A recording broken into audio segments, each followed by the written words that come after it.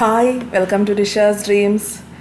അങ്ങനെ 2023 അവസാനത്തെ ദിവസം അല്ലേ? ഒരു പുതിയ വർഷം നാളെ തൊട്ട് തുടങ്ങുന്നു. എല്ലാവരും പുതിയ പ്രതീക്ഷയോടെയും കുറേ പേര് ന്യൂ ഇയർ റെസൊല്യൂഷൻസ് ഒക്കെ എടുത്ത് കാണും. നാളെ തൊട്ട് ഞാൻ ഇങ്ങനെ ചെയ്യും, അങ്ങനെ ചെയ്യും, ഇന്ന് മാക്സിമം ചെയ്ത് തീർക്കാനുള്ളതൊക്കെ ചെയ്ത് കുറേ പേരിങ്ങനെ വണ്ണം കുറയ്ക്കാൻ തീരുമാനിച്ചവരൊക്കെ ഇന്ന് മാക്സിമം കഴിച്ച് തീർക്കും. നാളെ തൊട്ട് ഞാൻ എക്സസൈസ് സ്റ്റാർട്ട് ചെയ്യും, ഡയറ്റിംഗ് സ്റ്റാർട്ട് ചെയ്യും, അങ്ങനെ വിചാരിക്കുന്ന കുറേ പേരുണ്ടാവും. അല്ലാതെ കുറേ പേരൊക്കെ നാളെ തൊട്ട് ഞാനിങ്ങനെ വേറെ പല കാര്യങ്ങളും അങ്ങനെ ഒരുപാട് പേര് പല രീതിയിൽ ന്യൂ ഇയർ റെസൊല്യൂഷൻസ് ഒക്കെ എടുക്കുന്നുണ്ടാവും അല്ലേ? അപ്പം നിങ്ങൾ എന്തൊക്കെ ന്യൂ ഇയർ റെസൊല്യൂഷൻസ് എടുത്തു എന്ന് കമൻറ്റ് ചെയ്യണം കേട്ടോ. കേൾക്കാൻ ഇൻട്രസ്റ്റിംഗ് ആയിരിക്കുമല്ലോ. അപ്പോൾ പലർക്കും എന്തെങ്കിലും എടുക്കാത്തവർക്കാണെങ്കിൽ എടുക്കാൻ എന്തെങ്കിലുമൊക്കെ മോട്ടിവേഷൻ കിട്ടിയാലോ. അപ്പം കമൻറ്റ് ചെയ്തോളൂ, പോരട്ടെ. അപ്പം ഓരോന്നായിട്ട് നമ്മുടെ സബ്സ്ക്രൈബേഴ്സിൻ്റെ ന്യൂ ഇയർ റെസൊല്യൂഷൻ വായിക്കാൻ എനിക്കും ഇൻട്രസ്റ്റ് ആണ് കേട്ടോ. അപ്പം ഞാൻ എന്ത് ന്യൂ ഇയർ റെസൊല്യൂഷൻ എടുത്തു എന്ന് നിങ്ങൾ ചോദിക്കുകയാണെങ്കിൽ ഞാൻ പ്രത്യേകിച്ച് ഒരു ന്യൂ ഇയർ റെസൊല്യൂഷനും എടുത്തിട്ടില്ല. ഇങ്ങനെ തന്നെയൊക്കെ മുന്നോട്ട് പോകാൻ ആണ് ആഗ്രഹിക്കുന്നത്. നിങ്ങൾ സബ്സ്ക്രൈബ് ചെയ്യാതെ കാണുന്നവരുണ്ടെങ്കിൽ ഒന്ന് സബ്സ്ക്രൈബ് ചെയ്തിട്ട് കണ്ടേക്കണേ. നിങ്ങൾക്ക് വീഡിയോ ഇഷ്ടപ്പെടുകയാണെങ്കിൽ. ഇപ്പം ഞാൻ ചെയ്തുകൊണ്ടിരിക്കുന്നത് എന്താണെന്ന് വെച്ചാൽ രാവിലെ എഴുന്നേറ്റു, അപ്പം അതേപോലെ നന്ദുവിന് അവിടെ ഉമ്മയൊക്കെ കൊടുത്ത് ഗുഡ് മോർണിംഗ് ഒക്കെ പറഞ്ഞ് സംസാരിച്ചു. പിന്നെ 2024 കലണ്ടർ കിട്ടി. 2023 മാറ്റിയിട്ടില്ല, അത് ജസ്റ്റ് ബാക്കിലോട്ട് വെച്ച് 2023 2 കലണ്ടർ കിടപ്പുണ്ടായിരുന്നു. അപ്പം ഒരെണ്ണം അങ്ങ് കളയാമെന്ന് വെച്ചു. ജസ്റ്റ് ഞാൻ എപ്പോഴും ഒരെണ്ണം വെച്ചേക്കും കേട്ടോ. 2023 ഒരു കലണ്ടർ എപ്പോഴും, കഴിഞ്ഞ പ്രീവിയസ് ഇയറിൽ ഒരു കലണ്ടർ വെച്ചേക്കും. 2 ഉള്ളത് ഒരെണ്ണം അങ്ങ് കളയും. എന്നിട്ട് 2024 കലണ്ടറൊക്കെ എടുത്ത് വെച്ചു. പിന്നെ അതുപോലെ രാവിലത്തെ പരിപാടികളൊക്കെ നടത്തുന്നു. വെള്ളം കുടി, ചിയാ സീഡ് വെള്ളം. പിന്നെ കുറേ പേര് ചോദിക്കുന്നുണ്ട് ഈ ചിയാ സീഡ് ഗുണങ്ങൾ എന്താണ്, അതുകൊണ്ട് പ്രയോജനമുണ്ടോ എന്നൊക്കെ ഞാൻ എന്നും കാണിക്കുന്നതാണ്. കുറേ പേര് അങ്ങനെ ഡൗട്ട് ചോദിക്കുന്നുണ്ട്. ചിയാ സീഡ് കുടിക്കുന്നതുകൊണ്ട് എനിക്ക് നല്ല ബെനിഫിറ്റ് ഉണ്ട്. എനിക്ക് എൻ്റെ വെയിറ്റ് മാനേജ്മെൻറ്റിനും വെയിറ്റ് ലോസിനും നന്നായിട്ട് ഹെൽപ്പ് ചെയ്തു. പിന്നെ വെയിറ്റ് മാനേജ് ചെയ്യാനും നന്നായിട്ട് ഹെൽപ്പ് ചെയ്യുന്നുണ്ട്. കാരണം ഇപ്പം ഞാൻ അത്യാവശ്യം നന്നായിട്ട് ഫുഡ് കഴിക്കുന്നുണ്ട്. അപ്പോൾ അതുകൊണ്ടാണ് ഇപ്പോൾ വെയിറ്റ് മാനേജ്മെൻറ്റ് എന്ന് പറയുന്നത്. വെയിറ്റ് ലോസിൻ്റെ സമയത്ത് നന്നായിട്ട് പ്രയോജനം ഉണ്ടായിരുന്നു. പിന്നെ ചിയാ സീഡ് ഡെയിലി ഞാൻ കുടിക്കുന്നില്ല. കാരണം ഇപ്പം ആഴ്ചയിൽ 5 ദിവസം കുടിച്ച് 2 ദിവസം വേണ്ടാന്ന് വെക്കും. വർക്കിംഗ് ഡേയ്സിലാണ് കുടിക്കുന്നത്. വീക്കെൻഡ് സാറ്റർഡേ സൺഡേയും കുടിക്കാറില്ല. കാരണം ഡെയിലി കുടിക്കുമ്പോഴത്തേക്ക് അതിൻ്റെ പ്രയോജനം നമ്മുടെ ബോഡി അതുമായിട്ട് അങ്ങ് യൂസ്ഡ് ആയി കഴിഞ്ഞാൽ പിന്നെ അതിൻ്റെ ഡിഫറൻസ് ബോഡിക്ക് മനസ്സിലാവത്തില്ല. അതുകൊണ്ട് ഞാൻ 2 ദിവസം വേണ്ടാന്ന് വെക്കും. അങ്ങനെയാണ്. 5 days കുടിക്കും, 2 ദിവസം ബോഡിക്ക് അങ്ങ് വേണ്ടാന്ന് വെക്കും. അങ്ങനെയാണ്. പിന്നെ ഞാൻ കഴിഞ്ഞ വീഡിയോയിൽ പറഞ്ഞല്ലോ, എനിക്കിന്ന് സുഖമില്ലായിരുന്നു. തൊണ്ടയും ഒക്കെ ഞാൻ ആൻറ്റിബയോട്ടിക് കഴിക്കുന്നതുകൊണ്ട് എക്സസൈസ് ഒന്നും ചെയ്യുന്നില്ലായിരുന്നേ. ഇപ്പം ഇന്ന് കുറച്ച് എക്സസൈസ് ഒന്ന് റീസ്റ്റാർട്ട് ചെയ്യാനായിട്ട് കുറച്ച് സ്ട്രെച്ചിങ്, സൈക്ലിംഗ് സ്റ്റാർട്ട് ചെയ്തിട്ടില്ല. ചുമ മാറിയിട്ടില്ല കേട്ടോ. ചുമ തുടങ്ങിയാൽ പിന്നെ കുറച്ച് സമയം എടുക്കും. ആൻറ്റിബയോട്ടിക്സ് കഴിഞ്ഞു, എന്നാലും ചുമ അങ്ങോട്ട് മുഴുവനായിട്ട് മാറിയിട്ടില്ല. അതുകൊണ്ട് സൈക്ലിംഗ് ഒന്നും ചെയ്യുന്നില്ല. കുറച്ച് സ്ട്രെച്ചിങ് ഒക്കെ ഒന്ന് സ്റ്റാർട്ട് ചെയ്യുകയാണ്. കാരണം ഒന്നും ചെയ്യാതിരുന്നാൽ എനിക്ക് ഭയങ്കര മുട്ടുവേദന വീണ്ടും പ്രശ്നമാവും. നമ്മുടെ ബ്ലഡ് സർക്കുലേഷനൊക്കെ ഇല്ലെങ്കിൽ ബോഡിക്ക് നല്ലതല്ല. അതുകൊണ്ട് എക്സസൈസ് മസ്റ്റായിട്ടും ചെയ്യണം. ഒന്നും ചെയ്യാതിരുന്നാൽ ഒട്ടും നല്ലതല്ല. അതുകൊണ്ട് എന്തെങ്കിലും ഒന്ന് സ്ട്രെച്ചിങ്, പനി പിടിച്ച് കിടന്നാൽ പോലും എക്സസൈസ് ചെയ്യാതിരിക്കുമ്പോൾ എപ്പോഴും പ്രശ്നമാണ്. ഞാൻ ചെറുതായിട്ടൊന്ന് സ്ട്രെച്ചിങ് ഒക്കെ ചെയ്ത് ബ്ലഡ് സർക്കുലേഷനൊക്കെ ഒന്ന് ശരിയാക്കിയിട്ട് കിച്ചണിലോട്ട് കയറി. അപ്പം ഇന്ന് കുറച്ച് കുക്കിംഗ് പരിപാടികൾ. ആദ്യം കൂർക്ക മെഴുക്കുവരട്ടിക്ക് കൂർക്ക ഒന്ന് വേവിക്കാനായിട്ട് വെക്കുകയാണ് പ്രഷർ കുക്കറിൽ. ഞാൻ വെജിറ്റബിൾസൊക്കെ കറിക്കട്ട എന്ന് പറഞ്ഞൊരു ആപ്പിൽ കൂടാണ് ഓർഡർ ചെയ്യുന്നത് കേട്ടോ. വെജിറ്റബിൾസ് അത്യാവശ്യമുള്ളപ്പം അങ്ങനെ ഓർഡർ ചെയ്യും. ഞാൻ വയ്യാതൊക്കെ ഇരിക്കുമ്പോഴത്തേക്കും ഒന്ന് ഓർഡർ ചെയ്യാം. മിക്കപ്പോഴും കറിക്കട്ടയിൽ നിന്നാണ് ഓർഡർ ചെയ്യുന്നത് കേട്ടോ. അപ്പം കൂർക്കയൊക്കെ ഇങ്ങനെ കട്ട് ചെയ്ത് നല്ല ക്ലീൻ ചെയ്ത് കിട്ടും. നമ്മൾ ഓർഡർ ചെയ്യുമ്പോഴാണ് അവർ ഇങ്ങനെ കട്ട് ചെയ്ത് കൊടുത്തയക്കുന്നത്. അപ്പം കൂർക്ക ചെറുതായിട്ട് അരിഞ്ഞ് മഞ്ഞൾപ്പൊടിയും ഉപ്പും ഇട്ട് പ്രഷർ കുക്കറിലൊന്ന് വേവിച്ചെടുക്കുകയാണ്. നേരത്തെ കട്ട് ചെയ്ത് വെച്ച വെജിറ്റബിൾസ് അല്ലാത്തതുകൊണ്ട് നല്ലതാണ് കേട്ടോ. നമ്മൾ ഓർഡർ ചെയ്യുമ്പോൾ നമുക്ക് ആവശ്യമുള്ള രീതിയിൽ അവർ കട്ട് ചെയ്ത് കൊടുത്തേക്കും. പ്രൊമോഷനല്ല. ഞാൻ കുറേ പേര് ഇങ്ങനെ ചോദിച്ചു, എനിക്ക് മെസ്സേജ് അയച്ച് ചോദിച്ചു എങ്ങനെയാണെന്ന്. അതുകൊണ്ട് ജസ്റ്റ് പറഞ്ഞതാണ്. ഇത് എറണാകുളത്ത് മാത്രമേ ഉള്ളൂ എന്നാണ് എനിക്ക് തോന്നുന്നത് കേട്ടോ. കറി കട്ടെന്നാണ് ആപ്പിൻ്റെ പേര്. പിന്നെ അപ്പോൾ കൂർക്ക വേവിക്കാൻ വെച്ചിട്ട് പിന്നെ ചീര അവിയലാണ്. ചീര അവിയലിന് വേണ്ടിയിട്ട് ചീര ചട്ടിയിൽ ഒന്ന് വേവിക്കാൻ വെക്കുവാണ്. കുറച്ച് വെള്ളം ഒഴിച്ചിട്ടാണ് ചീര അവിയൽ എല്ലാവരും ഉണ്ടാക്കാത്തൊരു ഡിഷായിരിക്കത്തില്ല. ചീര തോരനൊക്കെ അല്ല എല്ലാവരും എപ്പോഴും ഉണ്ടാക്കുന്നത്. അവിയലിന് വേണ്ടിയിട്ട് ചീരയും പച്ചമുളകും ലേശം വെള്ളം ഒഴിച്ചിട്ട് ഒന്ന് വേവിക്കാൻ വെക്കണം. അടി പിടിക്കാതിരിക്കാൻ വേണ്ടിയിട്ടുള്ള വെള്ളം വേണം. സാധാരണ അവിയൽ ഒഴിക്കുന്ന പോലെ തന്നെ കുറച്ച് വെള്ളം ഒഴിച്ച് വേവിക്കാൻ വെക്കണം. പിന്നെ രാവിലെ ബ്രേക്ക്ഫാസ്റ്റിന് വേണ്ടി ഞാൻ അപ്പം ഉണ്ടാക്കുകയാണ്. എനിക്ക് കറിയൊന്നും ഉണ്ടാക്കാൻ വയ്യ, അതുകൊണ്ടൊരു മുട്ട അപ്പമാണ് ഉണ്ടാക്കുന്നത്. കറി ഉണ്ടാക്കാൻ മടിയുള്ള ദിവസങ്ങളിൽ ഇത് പരീക്ഷിക്കാവുന്നതാണ് കേട്ടോ. കാരണം ഞാൻ പറഞ്ഞല്ലോ പനിയൊക്കെ കഴിഞ്ഞ് എഴുന്നേറ്റത് കാരണം കറി ഉണ്ടാക്കാനുള്ള ഒരു എനർജി ഇല്ല. കാരണം ഉച്ചക്കത്തേക്കും ബ്രേക്ക്ഫാസ്റ്റും എല്ലാം കൂടെ ഉണ്ടാക്കാൻ എനിക്ക് വയ്യ തൽക്കാലം. അതുകൊണ്ടാണ്. പിന്നെ ഇത് നല്ലൊരു ബ്രേക്ക്ഫാസ്റ്റാണ്. ഷെഫ് പിള്ളയുടെ വരെ റെസ്റ്റോറൻറ്റിലുള്ള സംഭവമാണ് ഈ മുട്ട അപ്പം. അപ്പം ഒഴിക്കുക, മുട്ടേൻ്റെ പുറത്ത് പൊട്ടിച്ചിടുക, ഇച്ചിരി കുരുമുളക് ഉപ്പുമൊക്കെ ഇട്ടാൽ നല്ല, വേറെ കറിയൊന്നും വേണ്ട, സൂപ്പർ സംഭവമല്ലേ. മുരളിയേട്ടന് വലിയ ഇഷ്ടമൊന്നുമില്ല കേട്ടോ, എന്നാലും പക്ഷെ നല്ല ടേസ്റ്റാണ്. നിങ്ങൾ ട്രൈ ചെയ്തിട്ടില്ലെങ്കിൽ ഇങ്ങനെ ഒന്ന് ഉണ്ടാക്കി നോക്കുക. ഈ അപ്പത്തിൻ്റെ മാവ് ഞാൻ ഏവീസിൻ്റെ അപ്പമാവാണ് കേട്ടോ, അപ്പം മാവായിട്ട് തന്നെ മേടിച്ചതാണ്.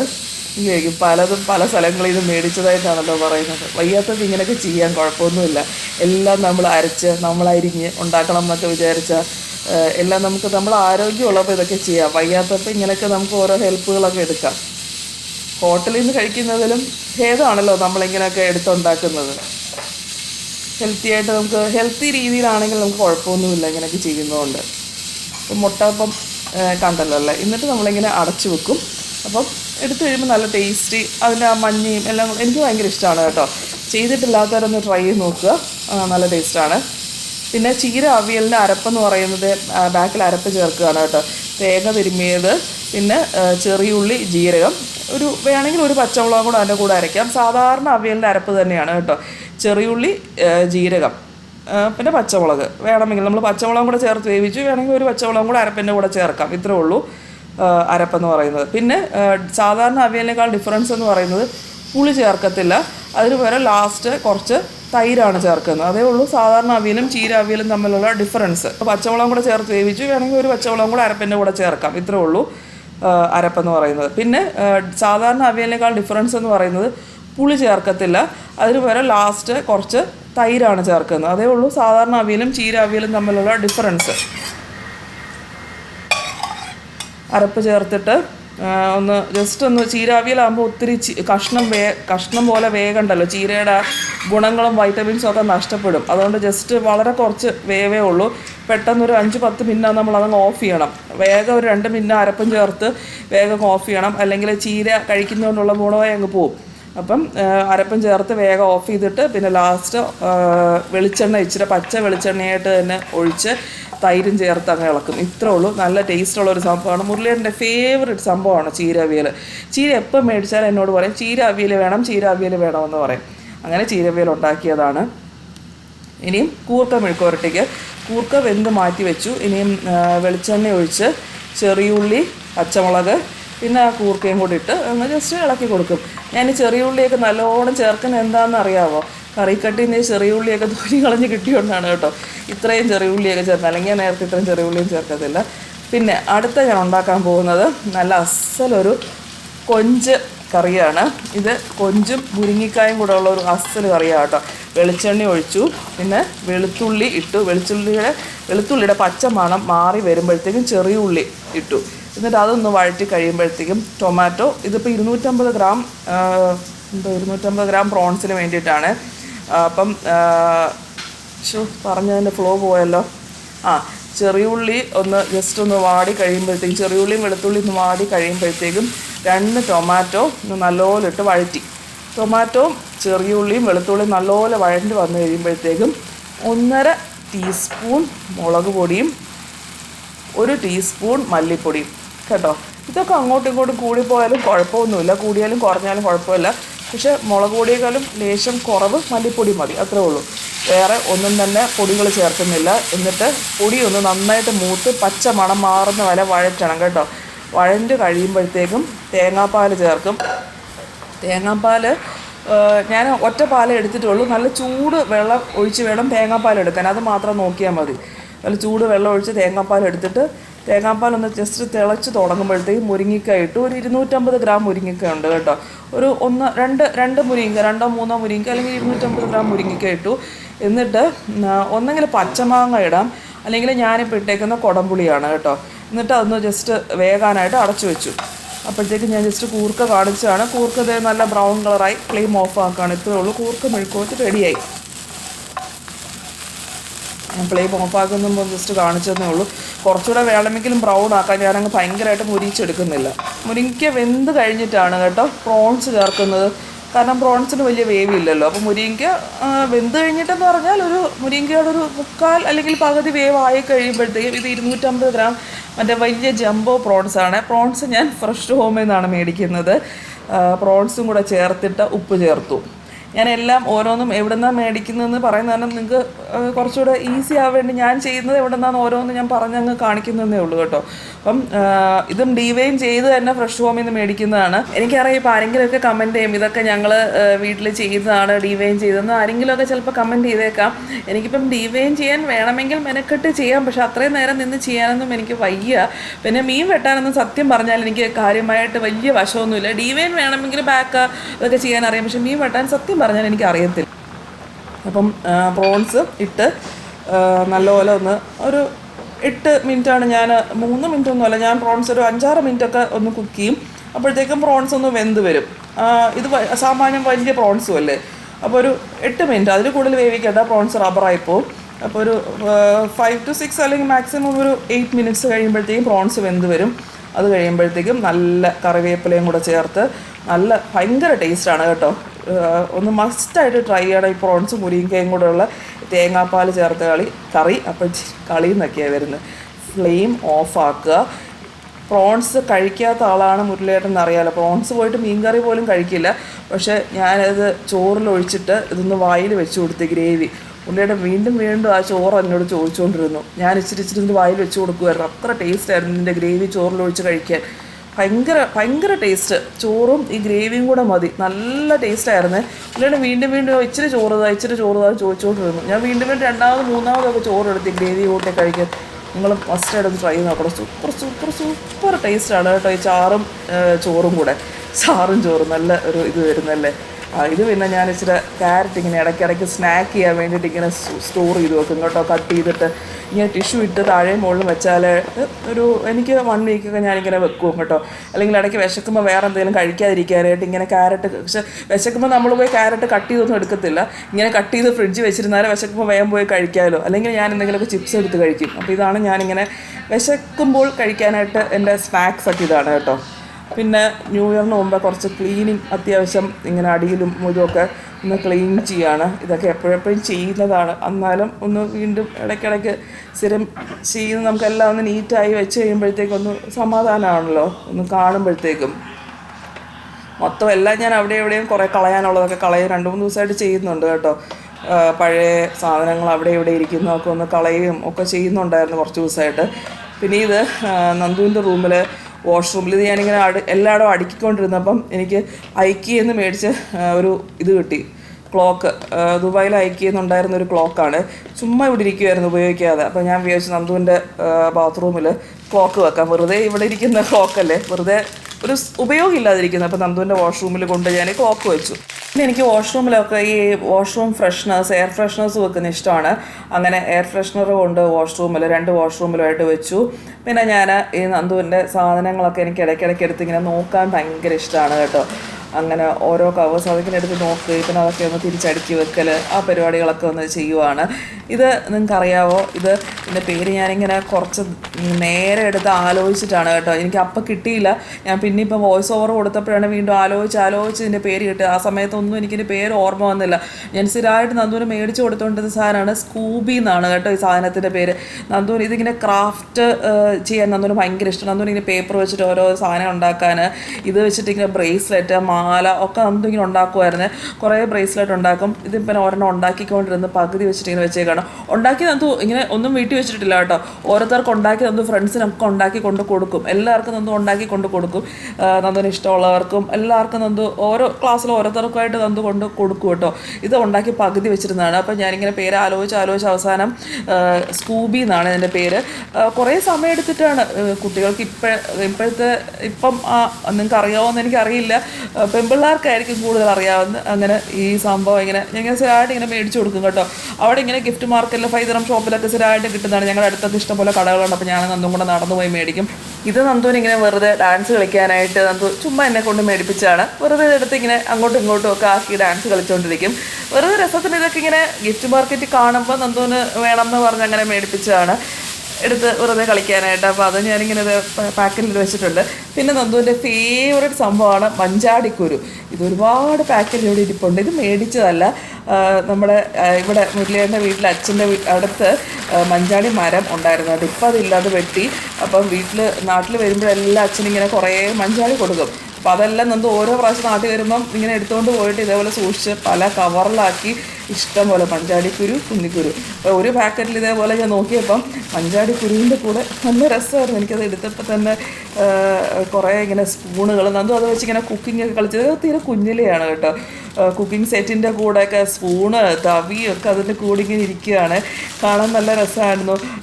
കുറേ തവികൾ, കിച്ചൺ സെറ്റൊക്കെ ഇല്ലായിരുന്നോ, അപ്പോൾ കിച്ചൺ സെറ്റിൻ്റെ കൂടെ അതൊക്കെ കുക്ക് ചെയ്ത് നന്ദുവിന് ഭയങ്കര ഇഷ്ടമാണ് ഈ മഞ്ചാടിക്കുരുവും കുന്നിക്കുരുവും ഒക്കെ വെച്ചിട്ട് കളിക്കാൻ. അത് ചെറിയ പ്രായത്തിലുള്ളതാണ് കേട്ടോ ഇതൊക്കെ. അപ്പം മഞ്ചാടി മരം വെട്ടുന്ന വരെ അച്ഛനിങ്ങനെ ഒരുപാട് മഞ്ചാടിക്കുരു സൂക്ഷിച്ച് വെച്ചിട്ട് നന്ദു വരുമ്പം കൊടുക്കുമായിരുന്നു. മഞ്ചാടിക്കുരുവും കുന്നിക്കുരുവും ഇതൊക്കെ ഒത്തിരി പഴയത്, അതൊക്കെ അറുത്തു പോയത്.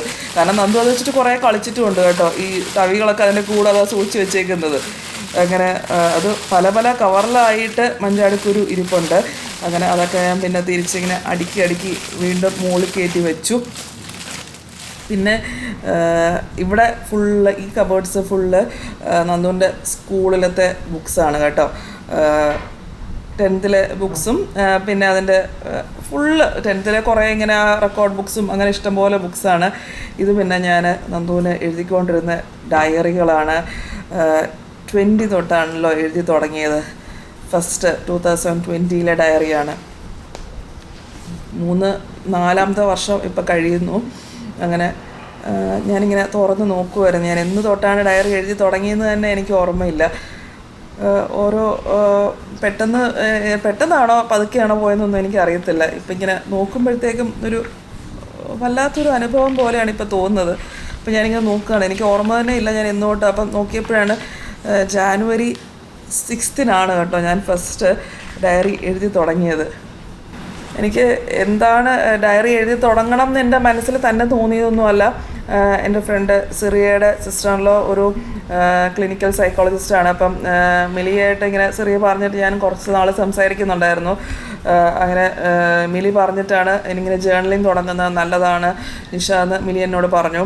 അങ്ങനെയാണ് ഞാൻ ഡയറി എഴുതി തുടങ്ങിയത്. മിലി ഇങ്ങനെ ജേർണലിങ് സ്റ്റാർട്ട് ചെയ്യണം എന്ന് പറഞ്ഞപ്പം എനിക്ക് എങ്ങനെയാണ് എഴുതി തുടങ്ങേണ്ടതെന്നൊന്നും അറിയത്തില്ലായിരുന്നു. കാരണം ഞാനിങ്ങനെ ഡയറി ഒന്നും എഴുതാത്തൊരാളാണ്. അപ്പം ഞാൻ January 6th ഒരു മൺഡേ ആയിരുന്നു. അപ്പം ഞാൻ ആദ്യമായിട്ട് എഴുതിയത് ഇങ്ങനെയാണ്: Nandootty, starting to write diary. Hope I will get some reply from you. This is how Amma is going to communicate with you. You will be always Amma's and Acha's special precious gift. ഇത്ര എഴുതിയാണ് ഞാൻ നിർത്തിയത്. കാരണം എനിക്ക് എങ്ങനെ എഴുതി തുടങ്ങേണ്ടത് ഒന്നും ആ സമയത്ത് നമ്മുടെ മനസ്സ് നമ്മുടെ തന്നെ കൺട്രോളിലില്ലാതിരുന്നൊരു സമയമാണ്.